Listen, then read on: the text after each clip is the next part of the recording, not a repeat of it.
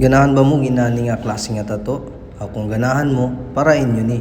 So ang atong letter sender karong adlaw mao si Jake Boy Sagrado, ang atong amigo nga nasa UAE karon, nasa Dubai. So ang request niya, sabi niya, Brad, yung full leg naman religious design. So ayan, naghahanap na tayo ng mga references. So ngayon guys, sana wag kayong mainip mga nagme-message sa atin, no. Maraming salamat. So dumarami na tayo. So sana maghintay kayo sa susunod, baka kayo na ang mapili kasi marami. So kung sino ang nauna, yun po ang gagawa natin. So ngayon, gagawa muna tayo ng religious type. So mas maganda to ngayon kasi Holy Week na. So napakabagay sa week na to. Kaya minadali ko ito para at least makahabol kasi bukas Biyernes na. So ito nga pala, pili nating design. So hindi natin nagawa ng full talaga hanggang sa taas kasi hinahabol